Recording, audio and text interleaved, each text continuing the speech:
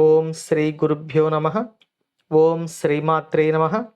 ఈరోజు మనం శ్రీ లలితా సహస్రనామ స్తోత్రంలోని 882వ నామం గురించి తెలియచేసుకుంటూ ఉన్నాం. ఈ నామం అమ్మవారిని యజ్ఞకర్త్రి అని కీర్తిస్తుంది. ఈ నామానికి మంత్రస్వరూపం శ్రీ యజ్ఞకర్త్రై నమః.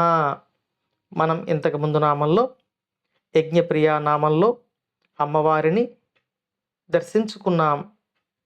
ఆ నామంలో అమ్మవారు యజ్ఞము పట్ల ప్రియమైన తల్లిగా, మానవుల యొక్క పాపకర్మలను నశింపచేసే యజ్ఞముల పట్ల తృప్తిని కలిగి, వారి యొక్క దుష్కర్మలను నశింపచేసే పరబ్రహ్మ స్వరూపిణిగా అమ్మవారిని దర్శించుకున్నాం. ఈ నామంలో అమ్మవారు యజ్ఞమునకు కర్తగా మనకు దర్శనమిస్తున్నారు. యజ్ఞకర్త అంటే యజ్ఞము నిర్వహించేవారు అని అర్థం. కొంతమంది యజ్ఞములు చేసేవారు నేను యజ్ఞమునకు కర్తను అని, కొంతమంది నేను భోక్తను అని, కొంతమంది నేను యజమానిని అని అహంకరిస్తూ ఉంటారు.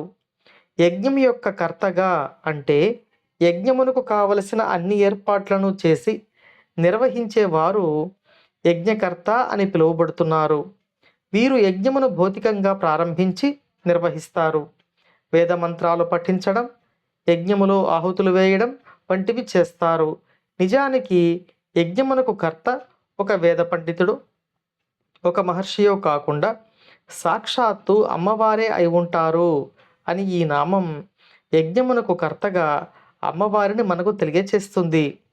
నేను యజ్ఞం చేయించాను అనే అహంకారం మానవుని అధోగతి పాలు చేయకుండా ఉండేందుకు గాను వసిన్యాది వాగ్దేవతలు యజ్ఞమునకు కర్త అమ్మవారే అనే సత్యమును మరియు ఆమె చేతిలోని ఒక పరికరంగా మాత్రమే సాధకుడు ఉంటాడు, వేద పండితుడు ఉంటాడు, ఋషి ఉంటాడు అనే సత్యమును మనకు ఈ నామం ద్వారా తెలియచేస్తున్నారు.